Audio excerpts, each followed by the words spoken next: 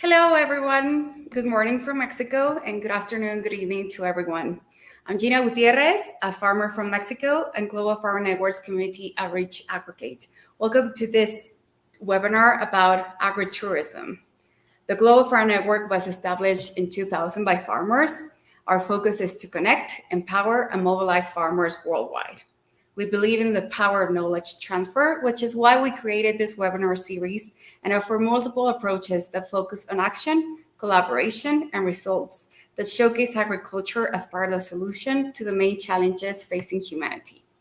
Our membership is formed by more than 260 individual male and female farmers from 65 countries with farms of all types and sizes. We're actually adding 4 new countries, so that will take us to 69 as of this year. Our mission is to amplify the farmer's voice in promoting trade, technology, sustainable farming, economic growth, and food security. Today's webinar, like I said, is about agrotourism, and we're starting with Shekhar. He's from India, and he has farmed since 1976. Raised his farm to a must-visit site. This tourist destination integrates field crops, dairy, aquaculture, horticulture, and agroforestry. He also advocates for the Saguna rice technique, which is the conservation agriculture practice using zero tillage. Shekhar, hello, welcome to the stage.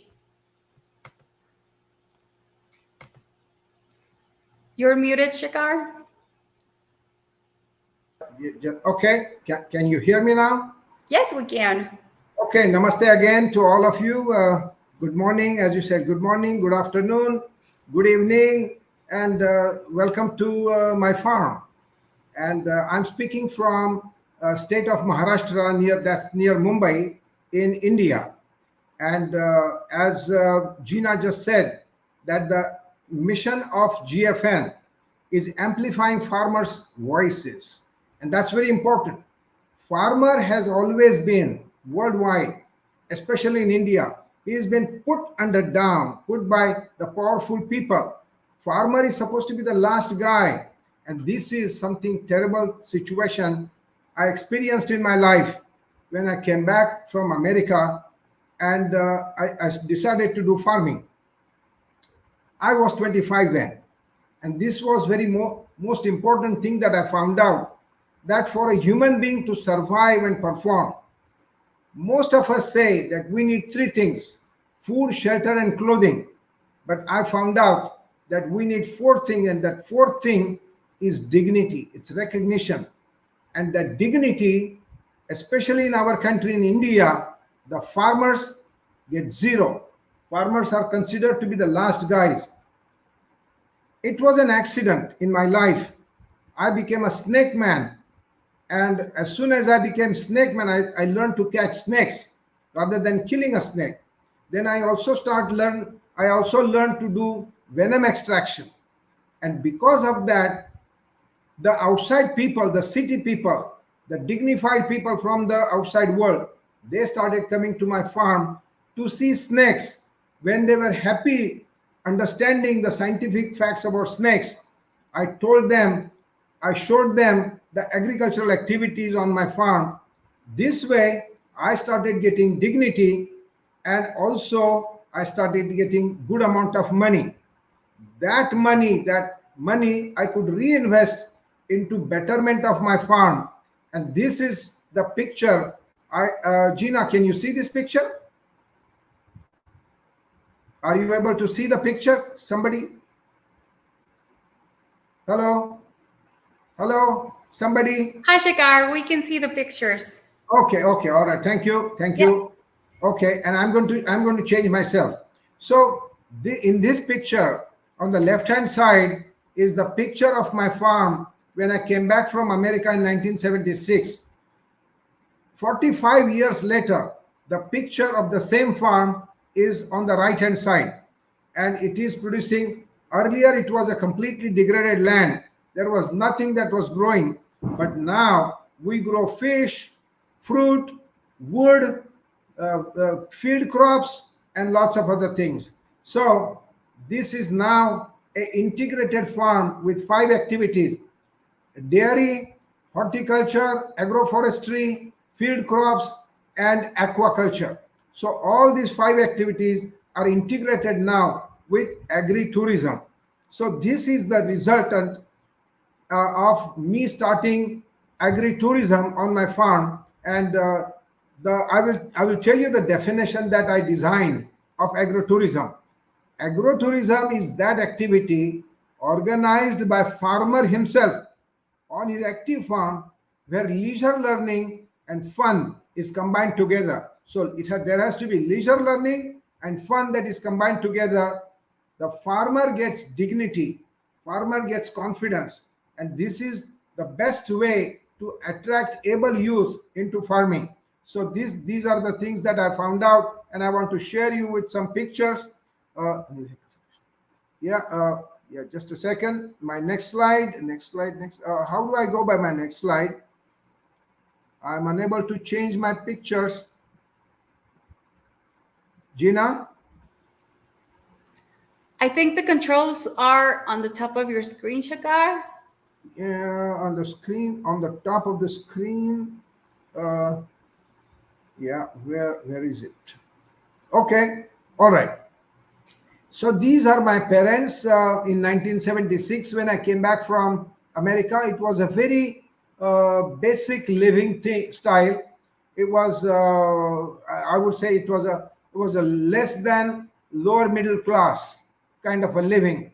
But soon the guests started coming to my farm, and I found out that other than their interest in snakes, they were keen to understand how the food is produced. So, for example, people are interested in taking picture next to a papaya tree. Just a very simple thing. Or I don't know how many of you know this fruit. This is a typical fruit of warm area, the jackfruit. And this jackfruit tree, when it is laden with hundreds of big fruit, the guests who come from city, they really like to take picture, pose themselves next to the tree. Or in our aquaculture activity, the students are really having fun. They even some of them they eat the fish as their food, but they have never touched a live fish. So, and especially such a large fish.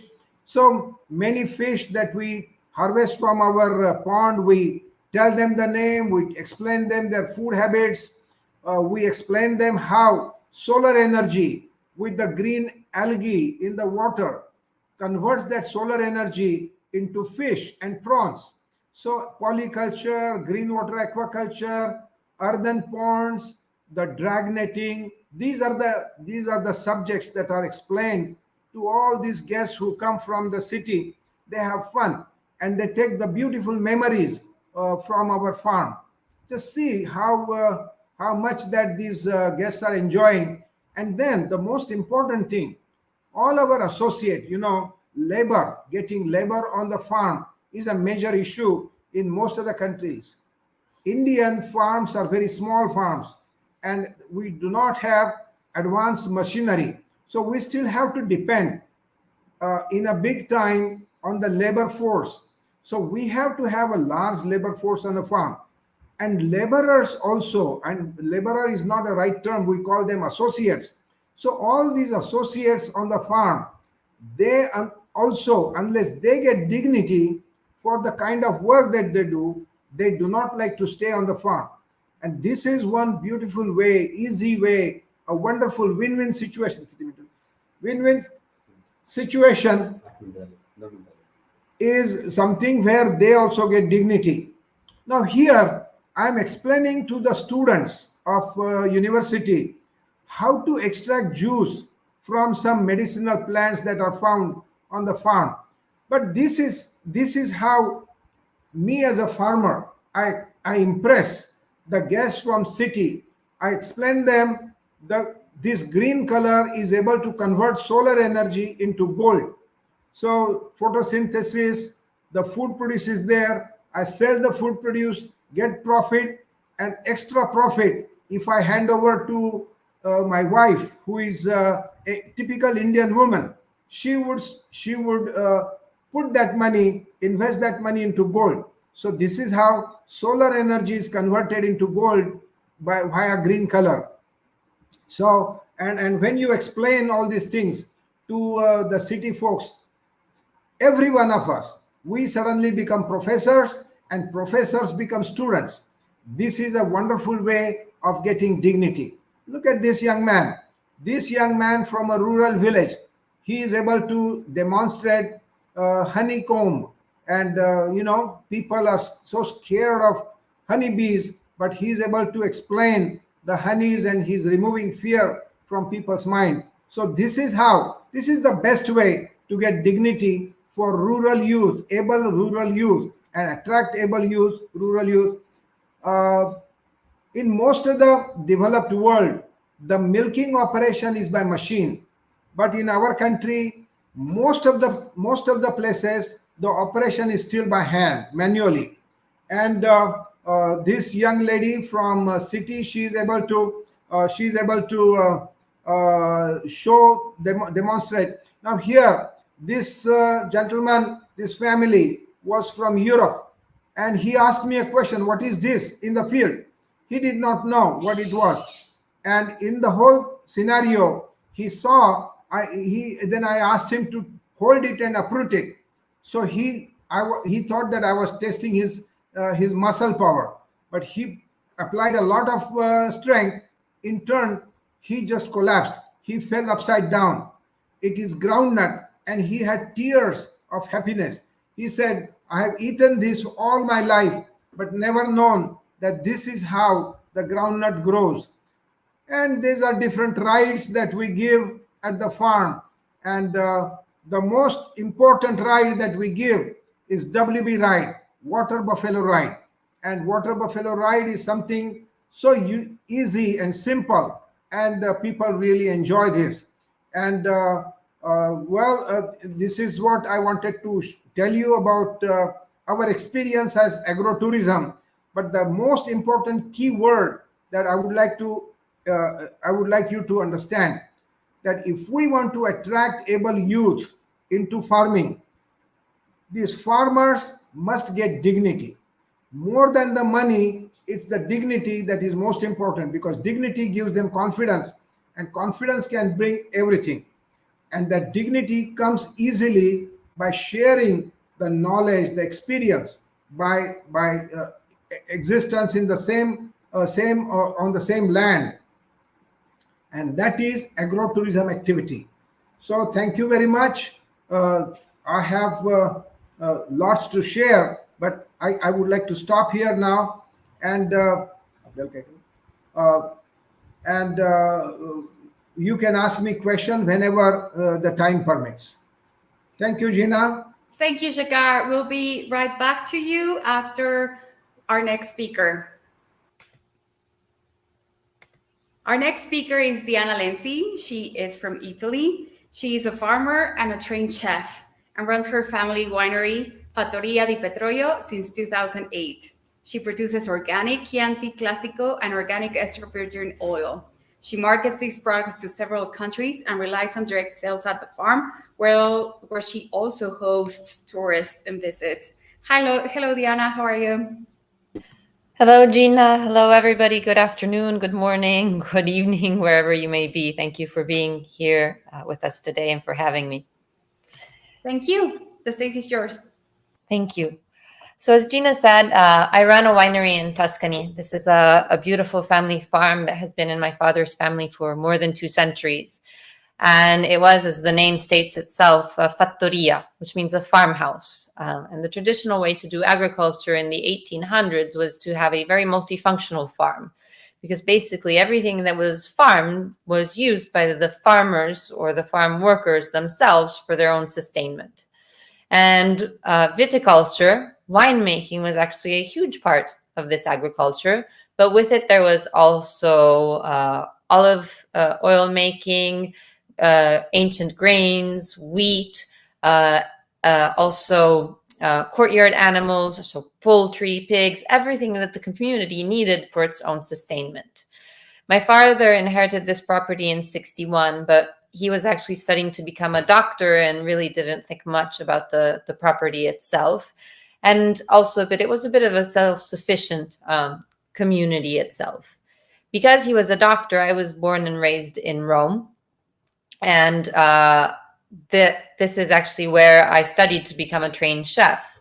And I was working in a Michelin star restaurant here in Rome when in 2008, my father asked me if I was willing to take over the farm.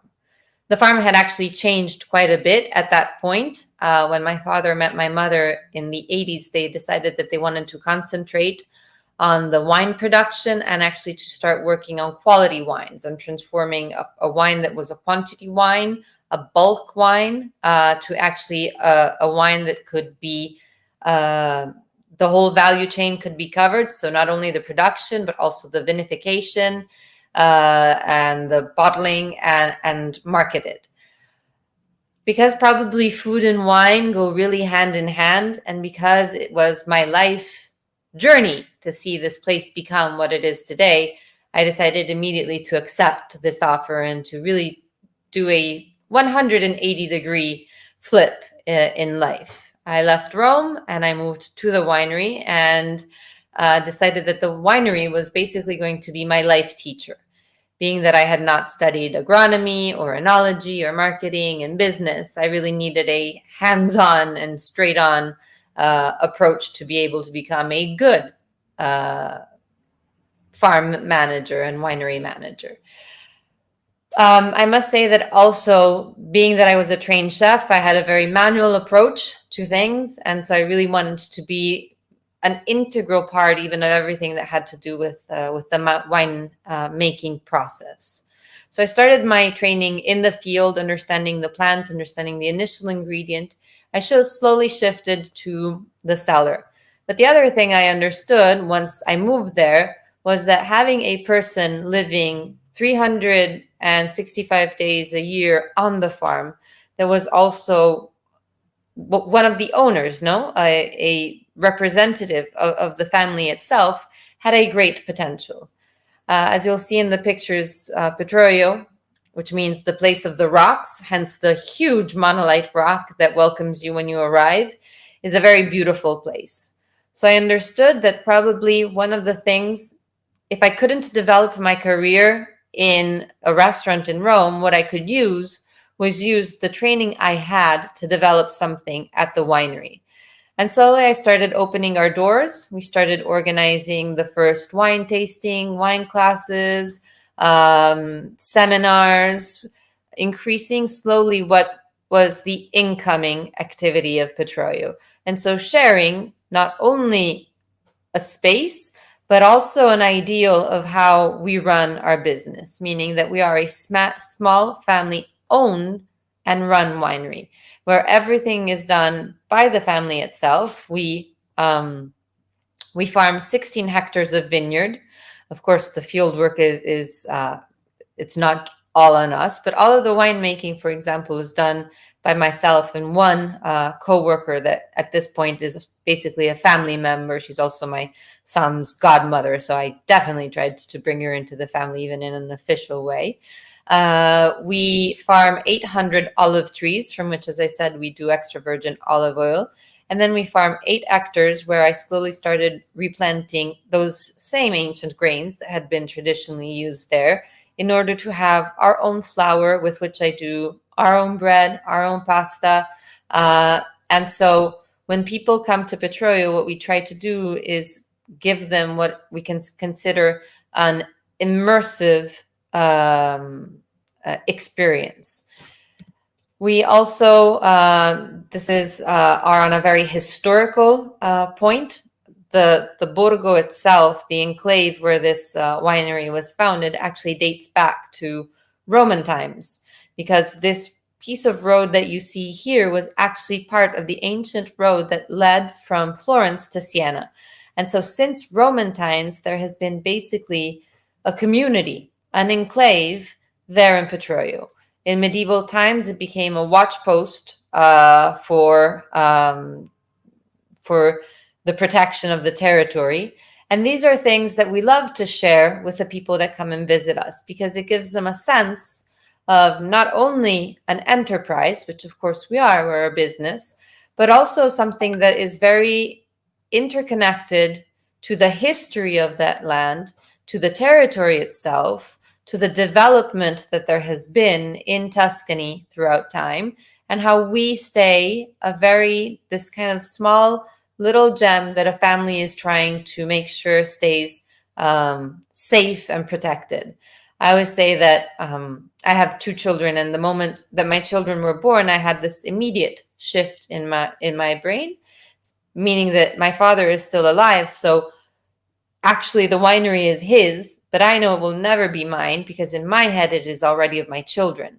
What I am trying to do is, through my work, is to protect a beautiful territory and give them something that can be both agronomically even better. So always create and work towards an improvement on the agronomical side, but also on the economical side. And I have seen how actually opening to the agrotourism side, opening to the incoming side, has really helped us develop a second stream of income that has been very beneficial in complicated years where the market for wine has been a little bit slower. It also creates for us a community of people who become attached to Petroio. Since 2012, we started actually working with a quite large tour operator company, and it's a company that stops at our winery for a lunch every Thursday from April to November. And that is a very special event. We call it the Be My Guest event, because we really welcome, normally it's between 35 and 50 people. We welcome these people into our home and into our cellars. This is where we actually do the winemaking. This is our production cellar. But we have an aging cellar that we have transformed during summer. So these are our barrels that we use for aging. In April, we move them to a different facility. And this becomes basically our dining room for larger groups. This was actually a different group and so by using even the spaces that we have for our winemaking and allowing people to be present in that moment, in that space, they really feel part of something. They feel part of a process. They feel part of an experience. We also always make sure that not only do I take care of all of the cooking for these events, so they get that also very high-end quality experience when it comes to the culinary side, but I also explain that all of the wines that they are tasting throughout the lunch also come from our own production and from my winemaking process. So they really have these two sides of a very personal experience, and also can see, or at least this is what I hope they can see, that there's a same philosophy between my food making and my wine making. And in Tuscany, we have a lot of very beautiful places. So what we've had to do in a way is try to make the Petroio experience, being that we're quite small compared to some other farms, villas, and wineries around us, to try to make it very special in the fact that it is a very genuine experience. It's a very true experience. It's very family style, but without it being not absolutely exquisite or taken care of. But it's really a family that has dedicated its work, its life, its passion to creating excellence in something that is genuine. They also see very much our approach when it comes to nature, to biodiversity, the fact that it was me who decided in 2012 to transition to organic farming, to really make sure that we were working on a very in improving day by day and year by year our environmental impact, increasing our biodiversity. We not only use the biological organic protocol, but we also work a lot on soil management, on cover crop flowers that help pollinators. And when we share this type of approach with the people who come to Petroio and see this dedication that we have also to nature, it really makes them feel that they are experiencing something that it's a small treasure, it's a small gem. As I said, I still take care of all of um, the cooking. I also try to work through a network that supports and also kind of exalts all of the producers who are in my area who also do quality products. So I have partnerships with local cheese producers, with local salumi producers. We use our local garden to do as much as we can when it comes to the different other preparations. I work a lot on bringing the tradition of true Tuscan cuisine to a higher level so they can have things that can be very true to that territory, but also kind of reinterpreted in a way that can be a little bit more special than something they would normally find in a restaurant. And also because the traditional Tuscan cuisine is a very farm-oriented cuisine. It's very linked to the seasonality of fresh produce, and also to the cycles that there used to be in a farmhouse during the week. Just to give you a super quick example, you have both in winter a special soup which is called ribollita, which is a soup that starts from a vegetable soup with a lot of kale. But what it does, it recooks with this vegetable soup all of the bread that would have traditionally or historically gone hard during the week, because in the old times you would make bread once a week, you would use it fresh for the first 2 days, but then when it would become hard, they would recook it in vegetable soup and make this really hearty soup in order to reuse the bread. They used to do that also in summer, using instead fresh tomatoes, basil, and red onion, doing panzanella. So these are things that really show you how, and this is very true in Italy when it comes to food and wine, they always tell a story of a territory. They also always work in a very beautiful and complementary way.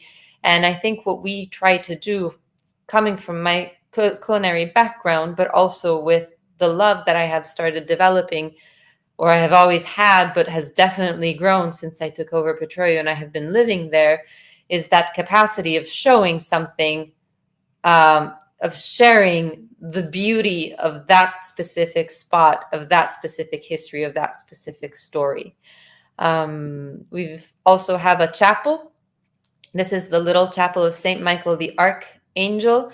It dates back in its cornerstones to the 1200s, and we've slowly been allowed to use it for private ceremonies. It's a small chapel, and so we've started organizing also small destination weddings, using our garden, using our beautiful spaces in order for people also to be able to have a special, even more special memory of Petroio, linking it to one of their experiences.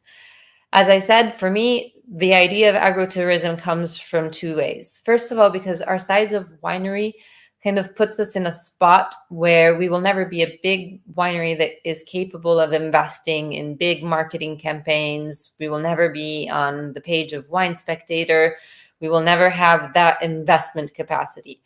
It makes much more sense for us to create a network of Petroio lovers by sharing Petroio, by making sure that the people who walk up this viale and come to Petroio and become part of Petroio for some time can actually then treasure that experience, share it with others, and send us over other people. So it has not only created an immediate secondary stream of income, but it has also allowed us to increase our capacity to penetrate markets, to have a network of direct sales, people who also, when they go home, reorder wines, want to keep us on their shelves even throughout time. So I think in the initial plan of my dad, he thought that by asking me to take over Petroio, I was going to open a restaurant at Petroio.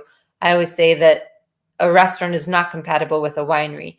a winery is a full-time job. It's a full-time career. It takes a lot of time, of also entrepreneurial capacity. But the fact that I am allowed once a week during summer to have this moment where my two worlds come together has actually made this the perfect entrepreneurial story, at least for me and for my family. And I will be more than happy to have questions or anything in the Q&A. Thank you, Diana. Very interesting story. Now I turn the stage to my good friend and colleague Ramiso for the Q&A section. Thank you, Gina. Hello, everyone. My name is Ruramiso Mashumba. I am the Global Farmer Network Africa lead, and today I'm excited to have sat in this conversation with Diana and Shekhar on agrotourism. Wow, what such inspiring stories. Here in Zimbabwe, we're continuously talking about agrotourism as a way of creating extra revenue on the farm, and people always think it's very complicated. I love your stories on how you use the knowledge you have, Diana, and your skill as a chef to be able to add value to the farm. And and I just love watching the how you differentiate yourself in the market. And also, Shekhar, those buffalo rides look really exciting. I wonder if people fall off. Are the buffaloes tame, or how what is the experience for Yeah, the? that's a domestic animal. That's a Oh, all domestic right. animal used for milking. Oh, really? Oh, I Yeah, never yeah, knew that. Here in yes. Zimbabwe, we always say buffaloes are wild, so it's very interesting Well, to understand that you can actually milk them. So, oh yeah. a question that I got sent was, what was your greatest challenges? I'll start with you, Diana. What was your greatest challenge of starting from moving from Rome and back to the farm? What were your greatest obstacles? Oh, I could write an encyclopedia of obstacles. Definitely, it was understanding let's say, the business model, and understanding, first of all, that we needed to create a business model in Petróleo, being that my father had a different profession that basically was his economic sustainment. I was leaving my profession and making of the winery my way of having an income. So definitely that creating a business model that was economically sustainable was step number one. The second one was understanding that you can have really excellent ideas, but you are also always moving in a very complicated bureaucratic environment. And it is also very hard sometimes to have a clear idea of what are the rules, the limits, the space in which you're moving. And that information would have been so beneficial. I mean, in 2016, I did a huge project to open a new kitchen and a new dining room in a different side of the Borgo, and it failed because of bureaucratic barriers. But still, I had put so much investment in just even creating the project that was all money that got lost, and it was because there was no one that took the responsibility of giving me clear indications on the bureaucratic limits that were in our area. And that is for people who try to also put, no, still respecting the idea that agriculture is a very natural cycle, but you're trying also to bring in an entrepreneurial mindset. That is a huge limit. Oh, very interesting. And did you have any mentors, or how did you learn the business skills that you So needed? I was very lucky because I came in contact quite soon with a group of young farmers from my area.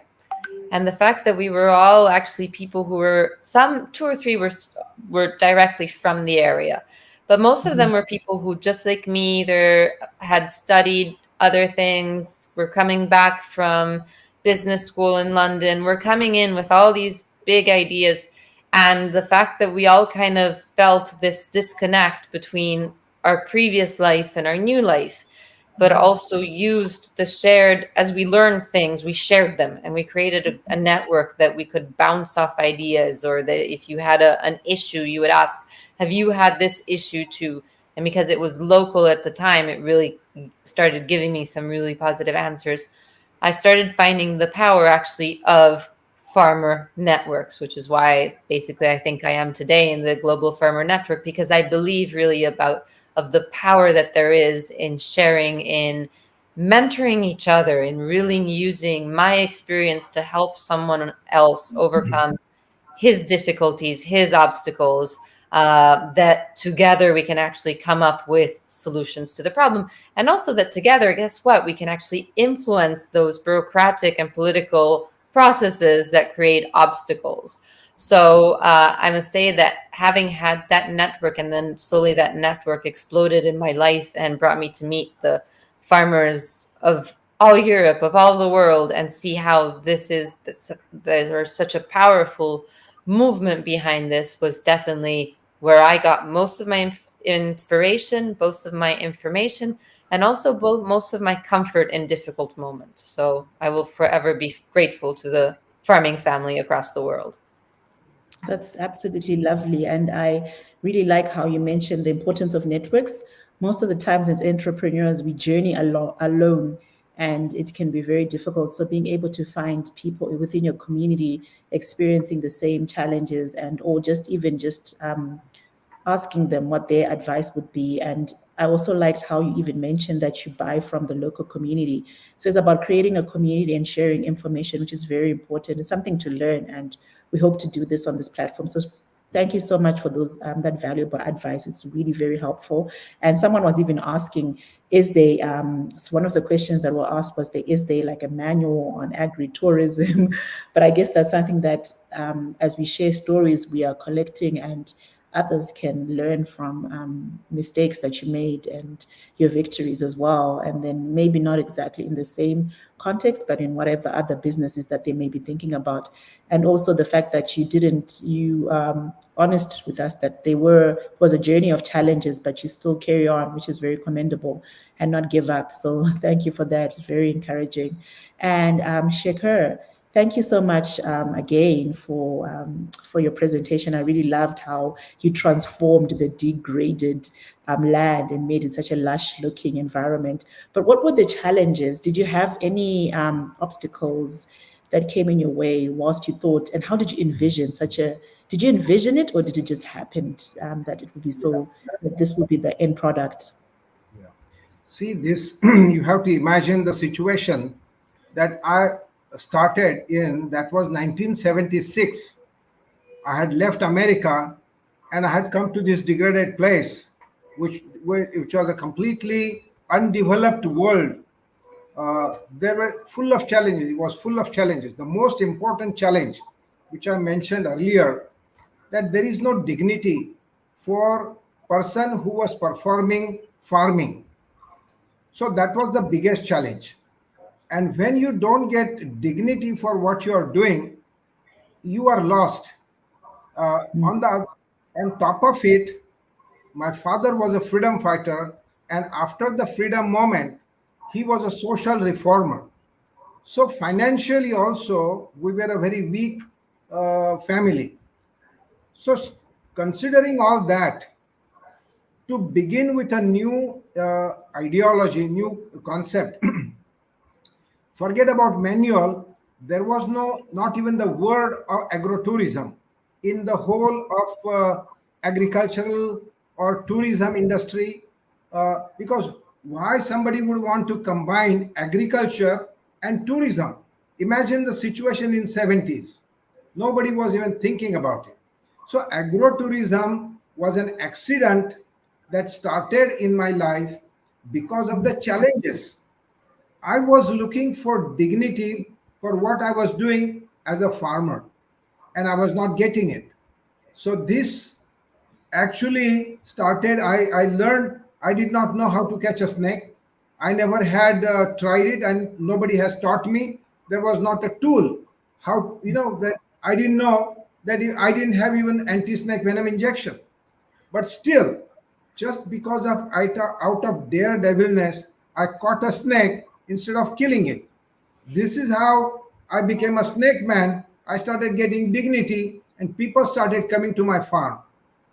However, it was barren, however, it was dusty, there was not much farming activity going on, but still people started coming to see snakes. Because of snakes, I could tell them about agriculture. And then the most critical part, I wanted to prove here that money is not important. So, being son of a freedom fighter and a social reformer, those who came to my farm to see snakes, and I showed them the snakes, I showed them the agriculture, and they wanted to pay me, but I could not accept the money because they were my guests. And from guests, how can I accept money? I couldn't take money for next 5 years when we didn't have four same type of glasses, and we did not have four same type of plates. Even then, the dignity itself, which built the confidence within me as a farmer, young farmer, that kept me going. And my biggest achievement is I'm member of Global Farmer Network now. Thank you for that. Wow, bravo to you for catching snakes. I don't know if I would be able to catch a Okay. snake. But, and I also like the story that you share that you're bringing students on your farm and people are learning so much about, there's this conversation about indigenous knowledge and that we're not passing it on. So what you're doing as well is teaching the younger generation, extracting juice from crops, or the different things that you're teaching on even the ground, the farmer that you mentioned on the groundnuts that he actually had no idea. So I think we forget as farmers that some people actually don't understand the history of our land and how what used to happen and how people used to survive. So that was very inspiring, and I really enjoyed listening to that. One of our viewers asked, you mentioned that when you first went to move back from New York to India, or the US to India, that there was no other agriculture and tourism or two separate things. They're asking is that right now, are there any, this is for both you and Diana, are there any international networks of agrotourism farmers that you're part of that help with information sharing? Yeah, the most important is now my next generation, my son, who studied in Switzerland and is now on the farm, who is looking after the activity. So he has given a lot of professional touch. Plus, he is also attached with many social media networks. So uh, he's looked, he's watched from people all over the world. And there is a network which listed our agrotourism activity, Saguna Bagh activity, as one of the top 10 best destination to go in the world. Uh,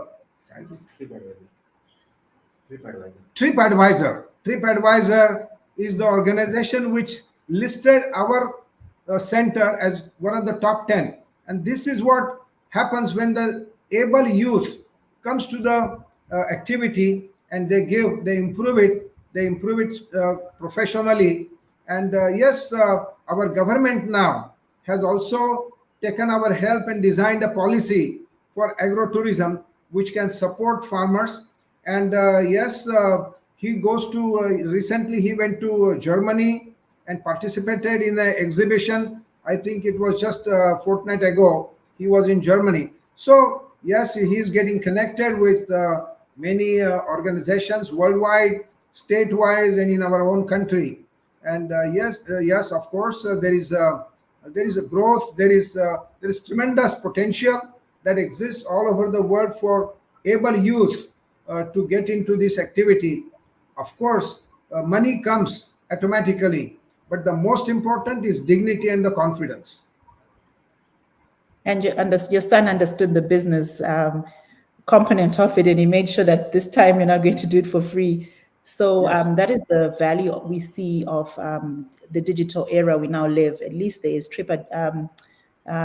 different platforms and networks that you can be part of, and that can help market what you're doing globally. So someone from another country can actually see and decide to visit. So thank you for that. And Diana, are you part of any networks, or as well as you answer that, how are you marketing your business? Are these networks helping, or are there other ways that you're marketing? So we have networks within, for example, Italy. So we have starting from the farm organizations I am a part of. There's a network that links all of the agro tourisms. It's called Agrotourism, and it helps a lot with not only creating a network between the agrotourisms, but also trigger that or downstream the information that can be necessary. They do also a lot of, for example, training programs for staff that need to be trained specifically for certain things for the agrotourism. So I must say they work very well. I am not aware of, for example, a European network, but it could just be my ignorance. But I have seen really how there are different other NGOs that also try to come in contact with agrotourisms, because they see in this really a development of a positive example of farming. And since we're often very exposed to the negative ones, they instead try to show that, and they show it also there by bringing people within the farm, that there are farming systems that are positive, that have a positive environmental impact, that are good in creating a good social and territorial connective tissue. So these kind of positive synergies also with different NGOs and different stakeholders, I would say, have worked very, very well. I'm a bad social media manager of myself, and I think it's basically what has always been probably my biggest Achilles heel. The fact that it's very hard for me to be social, to use social media as a way to inform. So, in the most recent time, since we've actually in the past 2 years also redeveloped, restored and brought back to life 4 apartments on the property, and we want to start using them also for small, like a B&B. I've understood that I have to, again, take all of my social material, so from website to Instagram to all the new material, and readapt it also to these new messages that can be very beneficial in bringing in different new people, new clients, new supporters of the business. That's lovely, especially even with the destination wedding. I'm sure there's some people who Google online destination weddings in Italy. Everybody, when we think of Italy, we think of the most romantic place. So I think just being even online can help you for potential guests to find you and actually come to get married at your beautiful place. And so you're not using TripAdvisor as well. So No, none of but that's yes. definitely something to target, for example. All right. Okay. So in terms of your greatest victories, I'll start with you, Shekhar. What was your greatest victory in starting? Like we heard the story of you've come from the US, you've come back, and then you're starting these challenges, and you're offering this for free. What made you realize that this is what I want to do, and see that this is what sustains you up to today? What is your greatest victory? Well, as I told you, I was looking for recognition for the kind of work I decided to do, the farmer.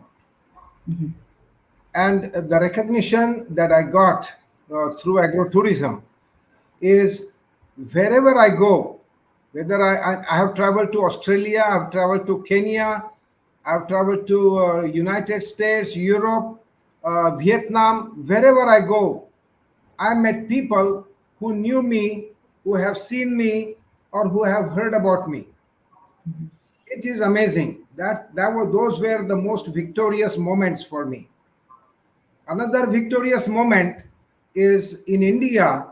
Our states are very large. I come from a state of Maharashtra, and the chief minister of a state is a very powerful person.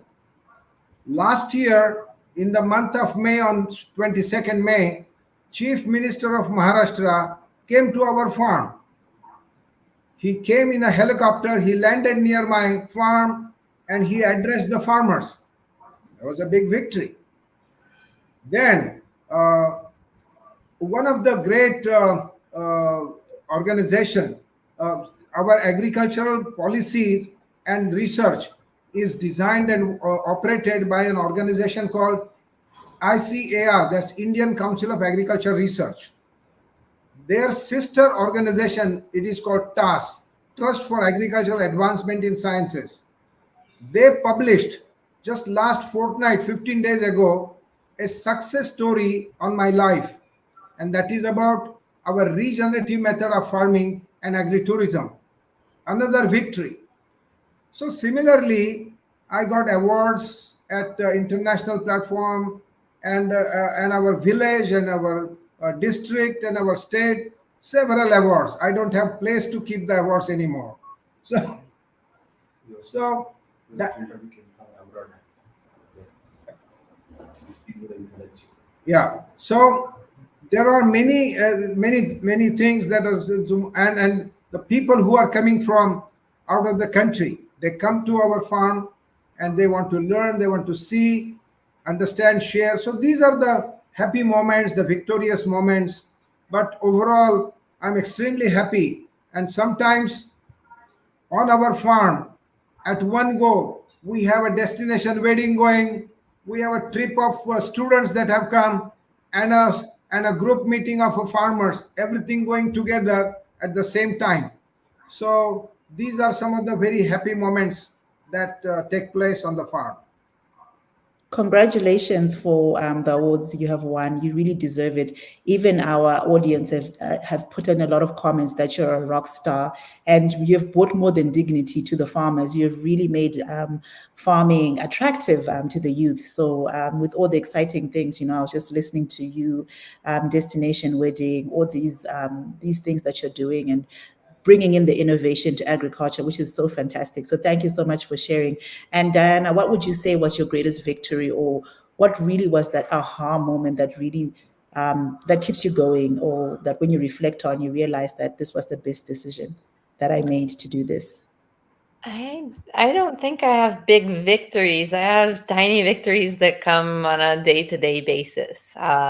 First of all, surviving is to me a big victory. I mean, still the farming side is quite complicated. Last year was a very complicated farming year. We had an outspread of a disease that basically took away our harvest. So overcoming that and still managing to produce some very good, excellent wine, but also surviving thanks to the different income streams that we've created on the farm gives me idea that I've created a model of farm that through multifunctionality can actually survive even in hard times. But then, I mean, the little victories for me is the person who last year, for example, we had a person who said, I came on this tour with the same tour company 8 years ago. And I am the one that insisted we come back because I was so hoping that we were going to still come back and see you and your family.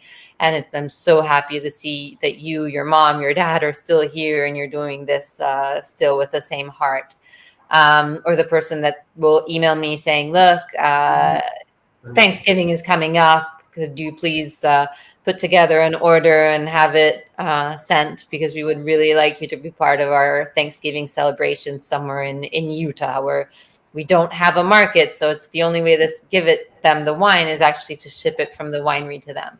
So it's really having, and I have a lot of these moments where I see that what we've planted as little seeds, little memories, stay with the people, and they come back. And they come back in very different shapes and forms, but they always come back with a lot of love and a lot of support, which is what you really need at the end of the day to kind of make it through even the tough times, is to know that what you're doing makes sense, not only for you, but even that the people you are interacting with see it, that they can see through you in a positive way, that they can see the good, they can see the love, they can see the passion, they can see the commitment. And then but still I'll become very sentimental here. To me, my biggest accomplishment is the fact that my children love my farm.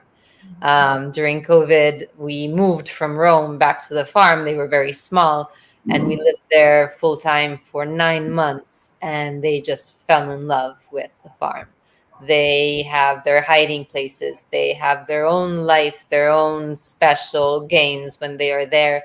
They are independent. They love being there. And when I was small, I was a kind of an only child, so I sometimes was lonely. And the fact that they're the two of them and they just have this whole world of experience and fun, and but they also love being with me in the vineyard. They love seeing when I'm there and I'm tying the vines, and they try to understand, and they've understood the life cycle of the vine even just so young. Or they come and help me in the cellar when I'm in harvest and working 16 hours a day in doing the winemaking, and they want to be a part of it, and they know that it's okay. And for example, they can wake up and I'm not in the house because I'm in the cellar, and they'll just put on their boots, their jacket, and they'll come in their pajamas and ask for breakfast. That is my big victory, that they love it as much as I do. That's such a beautiful story. Something that came out a lot is your resilience, and also how both of you are inspiring generations. And with the incredible work you're doing, I can see why the young are inspired. So we shouldn't be talking too long on how do we inspire the youth. We really need to have you rock stars sharing your story on. It's not just about primary farming, but there's so much you can do with the skills. So as we come to, as we round off, I would just ask you one question each on what recommendations would you give to farmers, even in developing countries or developed countries, who would want to go into agrotourism, but they might not have as much as assistance, and their family maybe is mainly involved in agriculture. So what sort of advice would you give from your story? Diana, you can go first, and then Shekhar, you can then go second. I would definitely support their decision, meaning I would definitely try to show them that this is definitely a path, because not only for, again, creating a diversification of income, but also because it manages to create of opening doors to agriculture, can also bring back a lot of more positive social acceptance even in the local community.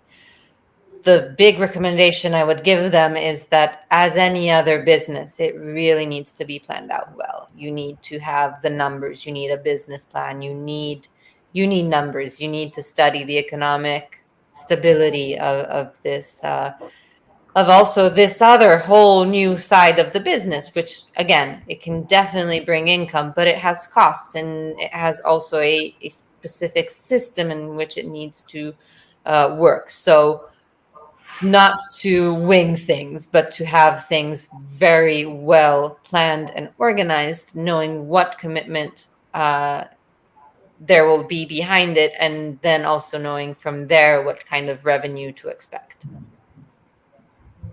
And you, Shekhar? Yeah, I would say that every farmer, every single farmer can become center of agritourism. The farmer has to have only two things. One, he has to have or she has to have a active farm. And second, that family should have willingness to give hospitality to a unknown guest. If these two things are there, active farm and willingness to really make a unknown guest happy on the farm based on his and her experience, the knowledge of the farming. With these two things, agritourism can be success. I do not believe that the main focus of agritourism to be the source of income. I think the main focus of agritourism should be to make friendship with outside world, because agriculture is highly monotonous and hard work. So we need friends. The friends should come to my farm. If I create an environment for outside, for the dignified people to come from city, and I get friends. See, friendship can give more benefit than the money that I earn from that guest for that one particular day. And I have experiences of all these things. And this is how I could grow. This is how I could survive, perform, and become known to the rest of the world. Agritourism is a wonderful stage that a farmer can put forth for our brothers and sisters in cities. And this way, a farmer can make himself known. And then income generation, one of the common point which Diana and I've shared the same, selling our produce on the spot, because uh, we are also not a big firm, and we cannot advertise in a big time. So if the city folks come to my farm and buy out my product, it's easy. I don't have to transport it. I don't have to do a lot of packaging and so on. So it's easy. I make much more profit, and the farmer, the guest who comes to my farm, also becomes very happy. So there are many advantages. Every farmer should try to become a center of agritourism. Do not keep big goals. Do not keep big objectives. Start a very small activity. Do not start a living facility, a staying facility, overnight staying facility. It should be a trip of one day. And share your experiences, share your hard earned information. This is the best way to begin. And every farmer of this world can be a successful agritourism center.